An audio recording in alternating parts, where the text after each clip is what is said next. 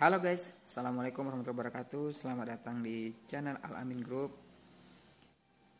Jangan lupa subscribe, like, dan share. Kemudian nyalakan tanda loncengnya agar berlangganan video-video terbaru dari Al-Amin Group. Ingat guys, subscribe, like, kemudian share itu gratis. Jadi untuk mendukung channel ini agar lebih berkembang, semakin banyak teman-teman ataupun saudara yang tahu, maka semakin banyak pula pembisnis muda yang akan hadir di tengah-tengah kita. Jangan lupa padamkan tanda merahnya yang di bawah ini ya, yang di bawah ini loh, di bawah. Tanda merah, padamkan. Nah, itu baru namanya subscribe. Nah, baiklah guys, saya akan melanjutkan pembahasan kemarin masalah kopra putih. Masih masalah pembahasan kopra putih.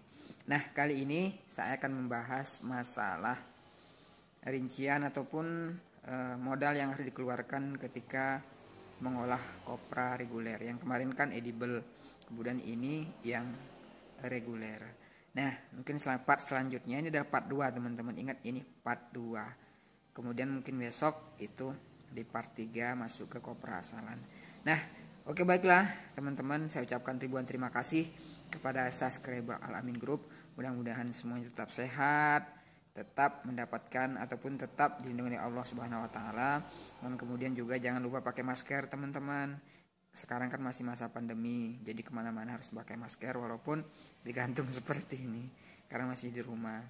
Oke, tetap sehat walafiat, kemudian mudah rezeki, jauhkan dari bala, serta semua keluarga tetap sehat walafiat. Amin amin ya rabbal alamin. Oke, cekidot, kita langsung saja melihat part kedua untuk kopra reguler. Nah, oke, kita langsung saja untuk mempraktikkan cara perhitungannya untuk kelapa reguler. Reguler ini saya berasumsi ini kelapa 3 bulan teman-teman. Jadi tumbuhnya tidak terlalu panjang. Nah, 3 bulan, 2 bulan, 3 bulan itu tumbuhnya belum terlalu panjang ataupun masih sedikit, paling yang tumbuh yang tertinggal pada trip kemarin. Nah, jadi yang saya hitung ini adalah kelapa root, pembelian global, pembelian tumbuh, kemudian kecil, besar, itu semuanya masuk. Nah, di sini saya juga membuktikan ataupun bahan baku yang salah itu saya asumsikan di 4 ton. Nah, jadi harga maksimal untuk kopra reguler itu di harga 2.000. Ingat, harga bahan baku maksimal di Rp2.000 kalau mau dapat untung. Nah, ketika teman-teman sudah mengolah bahan reguler yang di atas 2.000, siap-siap untuk menggigit jari. Nah, kita asumsikan saya memiliki bahan baku 4 ton ataupun 4.000 kilo. Nah, dikali bahan baku harganya 2.000. 2.000 berarti bahan baku itu saya harus mengeluarkan modal di 8 juta. Kemudian saya asumsikan bahwa 4 ton ini akan menghasilkan 1 ton kopra putih. Nah, yang dihasilkan itu 2 varian, reguler dan asalan. Kemudian juga ini kasaran teman-teman. Yang pastinya di sini juga pasti nantinya menghasilkan edible, tetapi biasanya tidak banyak. Nah, biasanya sih saya kalau misalkan seperti ini, karena harus dipisah-pisah, nah biasanya saya langsung saja menjadikan 1 edible, kemudian reguler itu menjadi 1. Nah, asumsinya yang dihasilkan dari bahan baku tadi 4 ton itu menjadi 1 ton kopra kering. Nah, jadi yang masuk ke reguler itu di 800 kilo. Harga reguler sekarang di 12.400. Jadi hasil total jual setelah kering itu 9.920. Nah, kemudian asalan. Asalan yang masuk ke asalan itu di 200 kilo kali 9,5 untuk harga sekarang itu di 1.900. Jadi harga jual total itu di 11.820 rupiah. Nah, sekarang kita masuk ke perhitungan ongkos ataupun biaya yang harus kita keluarkan untuk pengolahan kelapa ini. Jadi saya berasumsi kelapa 4 ton ini ketika dibutir itu masuknya ke 5.000 butir kelapa.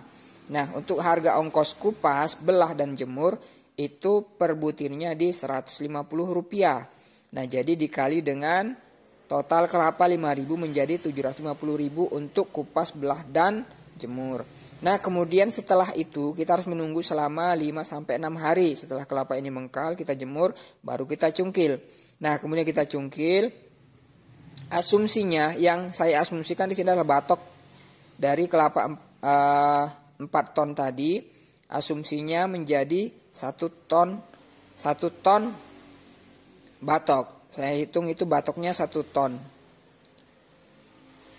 Cungkil, kemudian 1,2 ton lah, itu maksimal 1,2 ton. Nah, jadi mohon maaf 1,2 ton dari kelapa 4.000 ataupun kelapa 5.000 ataupun kelapa 4 ton tadi menjadi 1,2 ton dikali 300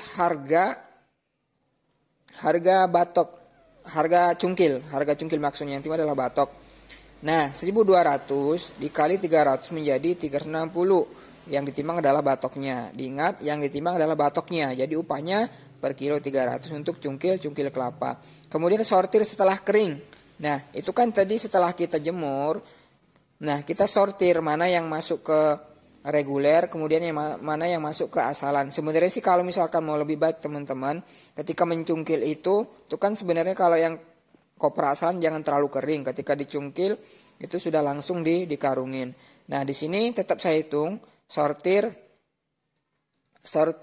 kering. Nah, setelah dijemurkan disortir lagi kering. Nah, itu di 1 ton, dalam 1 ton itu upahnya 1 kilo upahnya 100 rupiah. Jadi 1 ton dikali dengan 100 menjadi 100.000. Yang ditimbang adalah yang kering ataupun yang sudah jadi. Kemudian belerang dan ongkos-ongkos itu 150.000. Jadi total yang dikeluarkan adalah 1.360.000 untuk pengolahan kelapa sebanyak 4 ton ataupun 5.000 butir. 1.360.000 ditambah dengan modal mana? Ini modal 8 juta. Berarti saya harus mengeluarkan untuk pengolahan kopra reguler ini sebanyak 9.360.000 modal yang harus saya keluarkan untuk pengolahan sebanyak 4 ton. Kemudian harga jual tadi berapa? 11.820. 11.820. Nah, kita kurangin teman-teman. Jadi di sini marginnya hanya di 2.460 setelah dikeluarkan upah dan pekerja menjadi 2.400. Nah, kemudian kita tambah sekarang menjadi kita tambah dengan batoknya kan ada. Nah, batoknya itu di 1,2. Sebenarnya sini udah maksimal sekali 1,2 ton.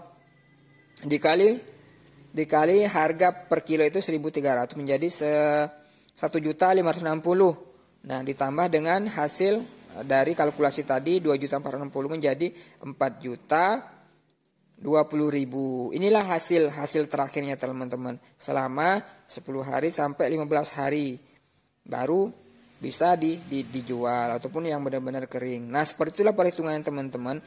Ingat, di sini yang saya hitung harga maksimal kelapa di 2.000. Ketika kelapa sudah melewati harga 2.000, ingat pasti gigit jari. Kenapa? Karena margin di sini selama 10 hari sampai 15 hari itu hanya di 4 juta, 4.020.000. Ini kelapanya bagus ataupun kelapa yang 3 bulan, yang kelapa yang tidak tumbuh. Ketika kelapanya banyak tumbuh, tidak goncang, pasti sudah bisa dipastikan pasti merugi. Kenapa? Karena yang dihitung di sini adalah kelapa, bisa dibilang kelapa bagus dalam artian tumbuhnya masih tumbuh guncang semua, maksimal tumbuh guncang. Nah, seperti itulah teman-teman cara perhitungannya untuk kopra reguler. Ingat, ketika sudah melebihi harga 2.000, hati-hati. Misalkan beli bahan baku udah di 2.200 per kilo ataupun per butir, pasti itu sudah dipastikan rugi. Nah, seperti itulah perhitungannya untuk kopra reguler. Terima kasih.